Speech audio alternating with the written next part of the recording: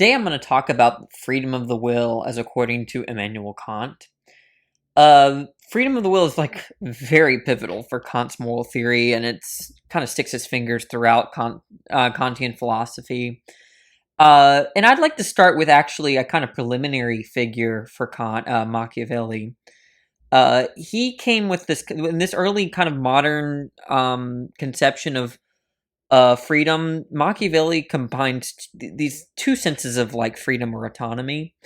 I think y'all probably heard this distinction between like freedom to do something versus like freedom from something. So I guess to kind of describe that distinction intuitively is that maybe in my society I would want to be free from other people stealing my stuff.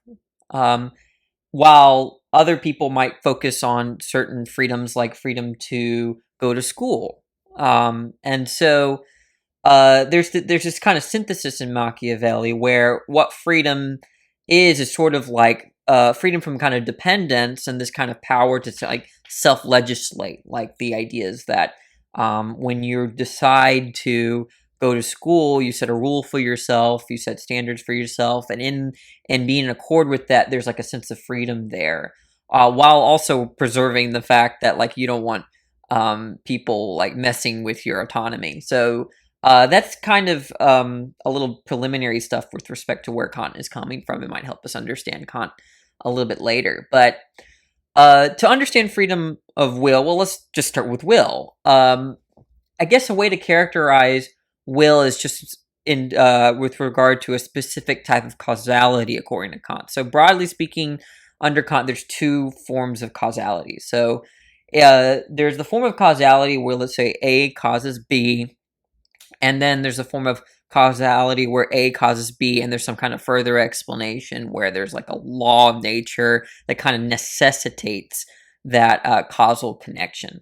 So what Kant thinks is that to have will, that implies a specific type of causality where it's kind of free from laws.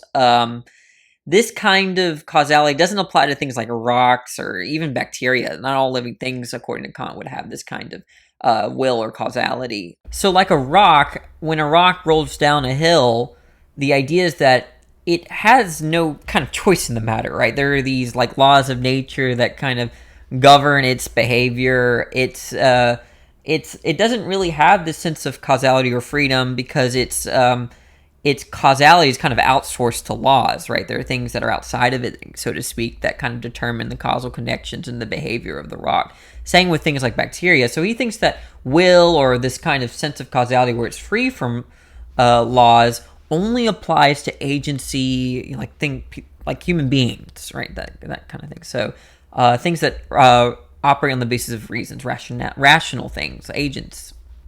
Okay, so the idea is that agents themselves, they can determine themselves. A rock doesn't determine itself. Like I said, its causality is kind of outsourced. It's the way that we understand the causality of a rock, if it were to roll down a hill, is outsourced to laws, whereas when an agent's will is involved or engages in causal relations, Kant would say that it kind of determines itself.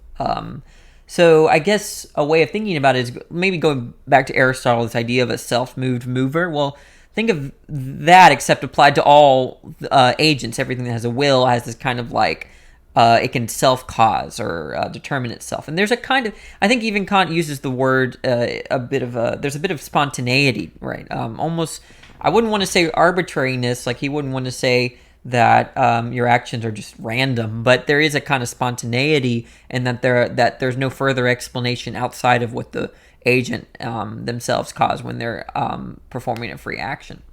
Now, Kant wouldn't say there are like no influences on a person. I mean, there's sociological considerations, maybe even neurological considerations.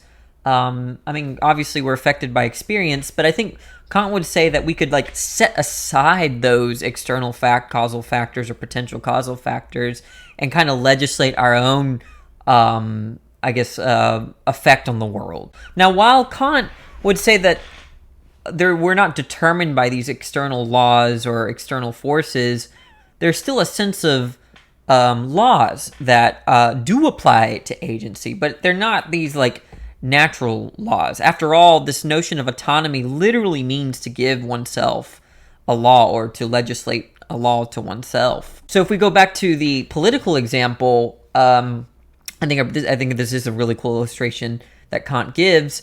The idea is that suppose you have a country and it's been invaded, and though that outside external force or external invader prescribes laws onto it, that would be kind of like natural laws if we're keeping the analogy. And it kind of violates the will of the people of that invaded country. Whereas if it weren't invaded and that country, the people there kind of legislated their own laws, there's a sense of autonomy that country has for itself. So what do those laws look like? Well, they're going to be kind of these universal laws that only kind of apply to agents. Think of like the moral laws that Kant likes to bring up, like the categorical imperative. So something like the principle to act only according to the maxim whereby you can, at the same time, will that it should become universal law. And that's very fancy philosophy there, but if we're reducing it, and this might be too simplistic, the idea is that if you're considering to lie, well, would you want everyone to lie? Well, no, so then you should not lie. Now, that's very awfully simplistic, but that's just kind of a rough sketch of what I just said in terms of like a universal law that applies to agency and not to like rocks. So these sorts of universal moral laws apply to rational beings. Now, there's a question about how does Kant even know any of this? Well, definitely he wants to say that he does not empirically know, and he doesn't think any of what I'm giving you is he wouldn't say that you can verify it by experience. He thinks that you just kind of have to almost assume it. It's like common sense. It must be posited.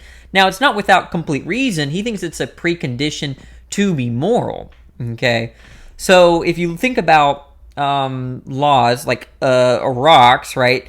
He thinks that kind of causal connections, as the rock is falling down a hill, that's all kind of necessitated, right? The rock can't do any differently, right? It's causality. The way that we understand this causality is once again outsourced. It has no control over that, no autonomy of how it's behaving. But in the case of agency, there's this notion of being able to do otherwise that Kant finds so important in our everyday understanding of being moral and responsibility, that if you make a mistake, you should, when you acknowledge your mistakes, you kind of acknowledge that you should have done otherwise, right? And for Kant, ought or should implies can, so you could have done otherwise, and so there needs to be preserved this notion of the future being open when you make decisions, that the causal, I guess, potentials need to be potential. They're not closed given these laws of necessity. So to reiterate, according to Kant, all of this is just basically common sense. However, this kind of distinction between different kind of causes and laws and the sorts of notions of will, all of this is preconditions to be moral, and we're not going to let go, or at least some people are not going to let go of this idea that people act morally or immorally. So this is the kind of summary of Kant's notion of freedom of will, and I just wanted to share.